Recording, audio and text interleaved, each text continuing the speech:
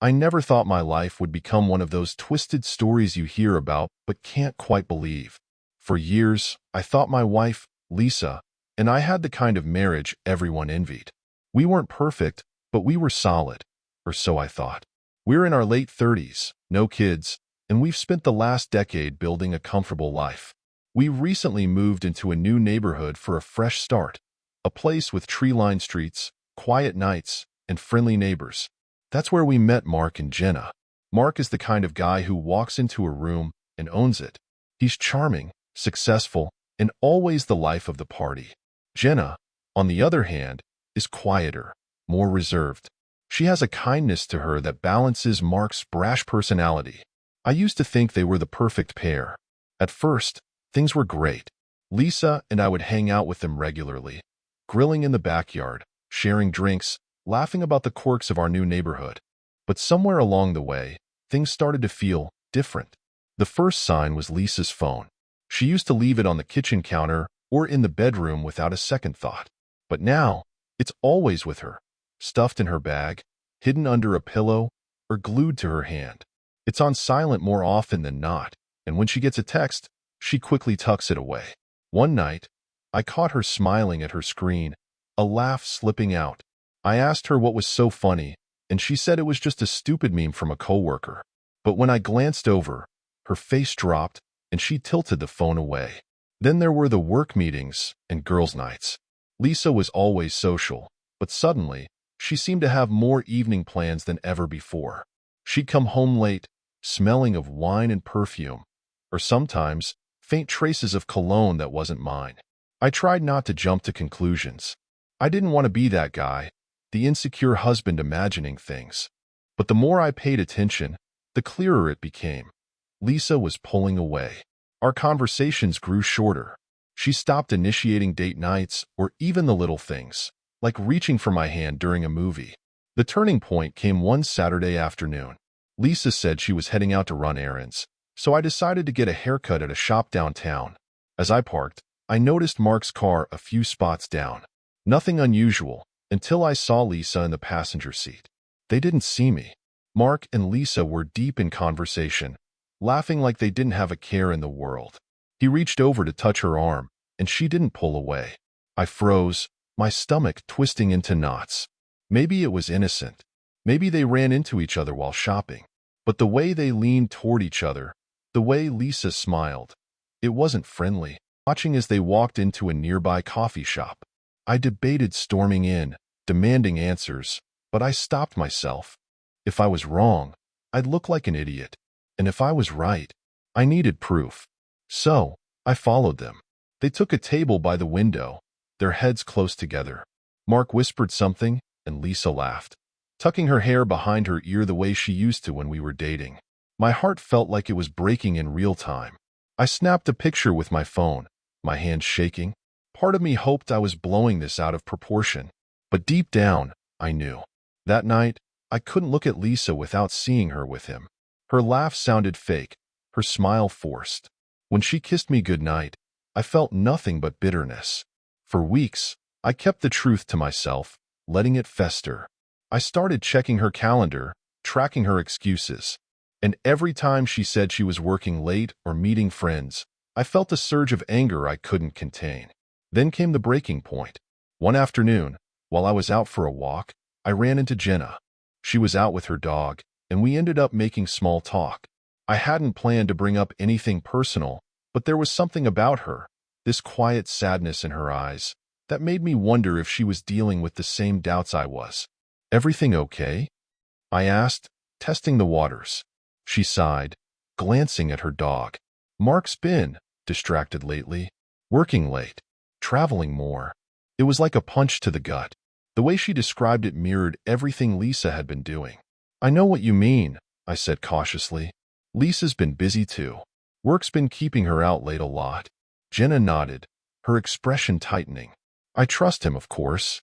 I mean, we've had our rough patches, but Mark's always been loyal." I couldn't take it anymore. The words spilled out before I could stop them. "Jenna, I think Mark and Lisa are having an affair." Her head snapped up, her eyes wide. "What?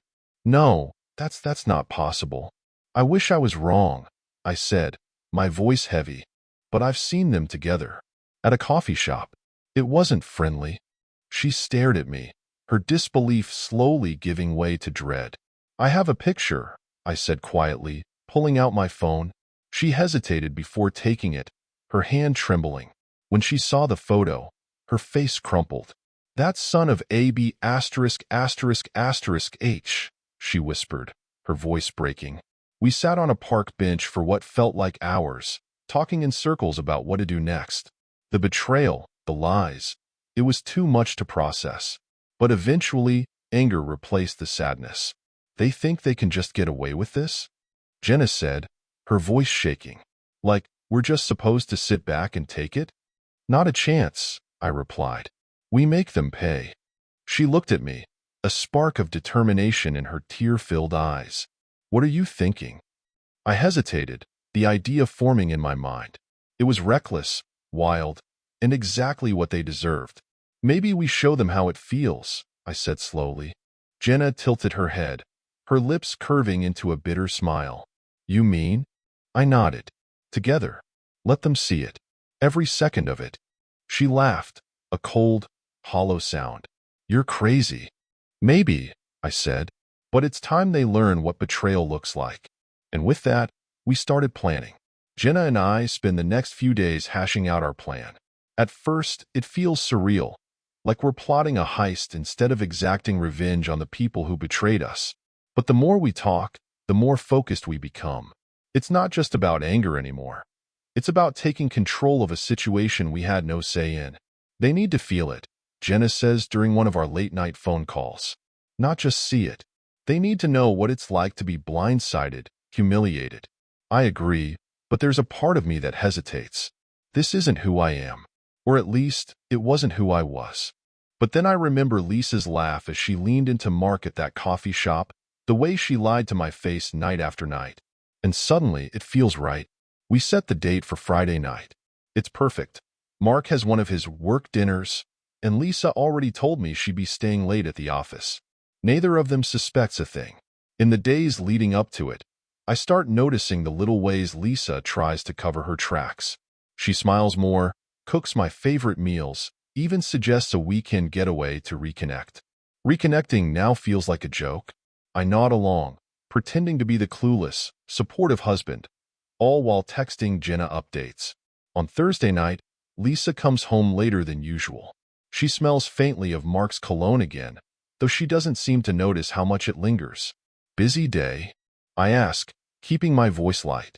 She nods, kicking off her heels and heading straight for the shower. Yeah, exhausting. I can't wait for this project to be over. I watch her go, my hands clenching into fists. She's gotten so comfortable lying to me that it doesn't even faze her anymore. The next morning, Jenna texts me. Everything's ready. 8 p.m.? Perfect, I reply. That evening, Lisa leaves around 6, dressed just a little too nicely for a late night at the office. I don't say anything, just kiss her cheek and wish her good luck. As soon as she's out the door, I start preparing. I light a few candles, pour some wine, and set the stage in the living room. This isn't just about revenge. It's about creating a scene they'll never forget. Jenna arrives a little after 7, her face pale but determined. She's wearing a simple dress, nothing flashy, but there's an edge to her tonight. A quiet fierceness that I hadn't noticed before. You ready for this? I ask as she steps inside. She hesitates for a moment, then nods. Yeah, let's do it. We sit on the couch, going over the plan one last time. The idea is simple. We'll give Mark and Lisa the show of their lives, making sure they catch us in the act. It's reckless, petty, and maybe even a little cruel. But right now, it feels like justice. By 8 p.m., we're in position. Jenna sits close to me, her body tense but warm against mine. I pour her another glass of wine, and she takes it with a shaky hand. What if they don't come back at the same time? She asks, her voice barely above a whisper. They will, I say confidently. They've been careful so far, but they're getting sloppy. It's only a matter of time. Sure enough, just after 9, I hear the sound of a car pulling into the driveway. My heart starts pounding, but I force myself to stay calm. Jenna looks at me, her eyes wide. This is it. I nod, leaning in closer. You ready? Before she can answer, the front door opens.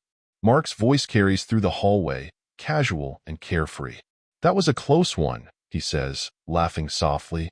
I thought for sure someone would see us. Lisa giggles, the sound sending a fresh wave of anger through me. Relax, she says. We're fine. Then they step into the living room and freeze. The next few moments happen in slow motion. Mark's face twists into a mask of confusion and rage, while Lisa's jaw drops in shock. What the hell is this? Mark shouts, his voice shaking. Lisa doesn't say anything, just stares at me with wide, disbelieving eyes. I lean back on the couch, wrapping an arm around Jenna's shoulders. Oh, hey, I say casually. Didn't expect you back so soon. You've got to be kidding me, Mark growls, stepping forward. Jenna, what the hell are you doing? Jenna lifts her chin, her voice calm and steady. Giving you a taste of your own medicine. Lisa finally finds her voice, though it's shrill and panicked. Alex, what is this? What are you doing? What am I doing? I repeat, laughing bitterly. That's rich coming from you. Her face flushes red, and she glances at Mark before turning back to me. This isn't, you don't understand? Oh, I understand perfectly, I snap, cutting her off. I've understood ever since I saw you with him at that coffee shop. You thought you could keep lying, keep sneaking around behind my back, and I'd never figure it out. Well, guess what? I did. The room falls silent, the weight of my words hanging in the air. Mark looks like he's about to explode, his fists clenched at his sides. This is insane, he mutters. You're both insane. No, Jenna says, standing up. We're not insane. We're just done being your victims. Lisa opens her mouth to say something, but I cut her off again. Save it. We're done, Lisa. You can have Mark, for all I care. The two of you deserve each other. Jenna grabs her coat, and we walk out together, leaving them behind to deal with the mess they've created. After leaving Mark and Lisa frozen in their own shock, Jenna and I drive in silence. She grips the steering wheel tightly, her knuckles white.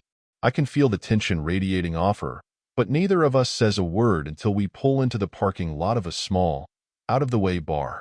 She parks and turns to me, her expression unreadable. You okay? I laugh, but it comes out bitter and hollow. Not really. You? Not even a little. We sit there for a moment, the weight of everything sinking in. The confrontation had been satisfying in some ways, but it didn't erase the betrayal. It didn't fill the gaping hole left by the people who were supposed to love us. We could go inside, I suggest, nodding toward the bar. Drink until we can't feel anything. Jenna shakes her head. Drinks won't fix this. No, I agree. But maybe this will. I don't know what comes over me. Maybe it's the anger still simmering beneath the surface, or the way Jenna looks at me, with the same raw pain I feel. Whatever it is, I lean in and kiss her. She freezes for a moment, then kisses me back. It's not gentle or romantic. It's messy and desperate, fueled by everything we've been holding in. The hurt, the anger, the need to feel something, anything other than betrayed. We break apart, breathing heavily. Jenna stares at me, her eyes searching mine. Are you sure about this? No, I admit. But I don't care. Neither does she. We leave the car and check into a nearby motel, not bothering with explanations or excuses. Once we're inside, everything happens in a blur. Clothes are shed, boundaries dissolve, and for the first time in weeks, I feel like I'm in control of something. The passion between us is raw and intense, driven more by our shared pain than anything else. It's not about love or connection. It's about reclaiming a part of ourselves that our spouses tried to take away. Afterward, we lie in the dark, staring at the ceiling. Jenna turns to me, her voice soft but steady. Do you regret it? I think about it for a moment. No, I say finally. Do you? She shakes her head. No. We stay like that for a while, not saying much. The weight of what we've done is there, lingering in the room, but it doesn't feel wrong. It feels necessary. The next morning, we wake up early. Neither of us sleeps well, but we don't talk about it. There's no need. We check out of the motel and part ways with a quiet understanding. This isn't the start of something new. It's the end of something broken. When I get home, Lisa is waiting for me. She's puffy and red. "Where were you?" she asks, her voice trembling. "Out," I say simply, brushing past her. "Alex, please," she begs, following me into the living room. "We need to talk." "No," I say, turning to face her. "You need to talk. I'm done." She stares at me, her lip quivering. "It was a mistake," she says. "I wasn't thinking. I didn't mean for it to go this far." I laugh bitterly. "A mistake? You don't accidentally cheat on someone, Lisa. You made a choice. Over and over again." She crumples onto the couch, her hands covering her face. "I'm sorry," she sobs. "I'm so sorry." "Yeah, well, sorry doesn't cut it." I grab my keys and head for the door, needing to clear my head. But before I leave, I turn back to her. "Oh, and for the record," I say, my voice cold, "I wasn't alone last night." Her head snaps up, her eyes wide with shock. "What?" "You heard me," I say. "Jenna and I.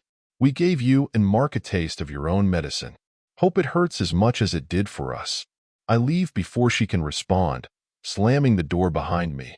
That night, I get a call from Jenna. "How did it go?" she asks. "She knows," I reply. "And she's devastated, just like we were." "Good," Jenna says, her voice hard. "They deserve it." We talk for a while, sharing updates about the fallout.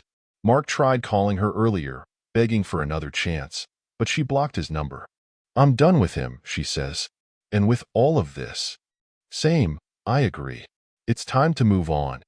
We say our goodbyes, and for the first time in weeks, I feel a strange sense of closure. The fallout is swift and brutal. Lisa doesn't waste time calling me every name in the book, accusing me of being the real villain. The irony isn't lost on me. For years, I was the loyal, devoted husband who ignored the red flags. Now, I'm the bad guy because I dared to strike back. She moves out within a week, taking the car we both knew she'd fight for in the divorce. I let her have it. One less thing to argue about. My lawyer advises me to document everything, from her affair to her attempts to paint me as the problem. "This will get messy," he warns during our first meeting. "Be ready for anything." He's right. The legal process is exhausting. Lisa fights for alimony, claiming she needs financial support to get back on her feet. I fight back, using every bit of evidence I've gathered to prove she's not the victim she pretends to be. It's a war, but I refuse to roll over. During the 3-week stretch of nonstop meetings, emails, and court filings, I barely sleep. The stress is overwhelming, but I find unexpected comfort in Jenna. She calls me one evening, her voice steady but tired. "How are you holding up?" she asks. I laugh bitterly. "Barely. You?" "Same," she admits. "Mark's trying to make me feel guilty, like I'm the one who destroyed our marriage. But I'm not letting him get to me." We talk for hours, not about the divorce or our exes, but about life. She tells me about her plans to move to a new city once everything is settled, to start fresh. I tell her about how I've started going back to the gym, trying to find something stable in the chaos. "You're stronger than you think," she says before we hang up. Her words stay with me. The day my divorce is finalized is anticlimactic. I sit in the courthouse, signing papers while Lisa glares at me from across the table. She doesn't say a word, but her expression says it all. Anger, resentment, bitterness. I feel none of it. Walking out of that courthouse feels like shedding a heavy coat I've worn for years. The weight of it all, the lies, the betrayal, the constant pretending, falls away, leaving me with a strange sense of relief. I call Jenna as soon as I get home. "It's done," I say. "Mine too," she replies. "How do you feel?" "Free," I say honestly. For the first time in years, I feel free. She laughs softly. "Me too." Over the next few months, life starts to fall into place. I move into a smaller apartment on the other side of town, trading the memories of my old life for a clean slate. I throw myself into hobbies I'd forgotten about: hiking, playing guitar, reconnecting with friends. Jenna and I stay in touch, but it's different now. The intense connection we shared during the chaos has softened into something calmer, more supportive. We're not trying to rebuild a relationship out of the ashes of our marriages. We're just there for each other. One evening, she invites me over for dinner at her new place. It's small but cozy, filled with plants and the kind of warmth you can't fake. We sit on her couch, sipping wine and talking about everything and nothing.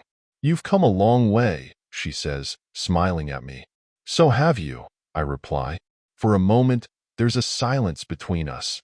Not awkward, but heavy with unspoken understanding. "You know," she says, her voice soft, "I don't regret anything we did. Not the plan, not that night. It helped me see what I deserved." "Same here," I admit. She leans over, resting her head on my shoulder. "It's not romantic, not really. It's just comfortable. And for the first time, I realize I'm okay with being alone. Not lonely, alone. I don't need a relationship or someone else to define me. I'm enough on my own." Jenna and I part ways that night with a hug and a promise to stay friends. It feels right. Life isn't perfect, but it's mine again. I've learned to let go of the anger, the need for revenge, the weight of what Lisa and Mark did. They don't define me anymore. Instead, I focus on the little things. A good cup of coffee in the morning, a quiet walk in the park, the sound of my guitar filling my empty apartment. And as I sit there, strumming a familiar tune, I realize I found something I thought I'd lost forever: peace.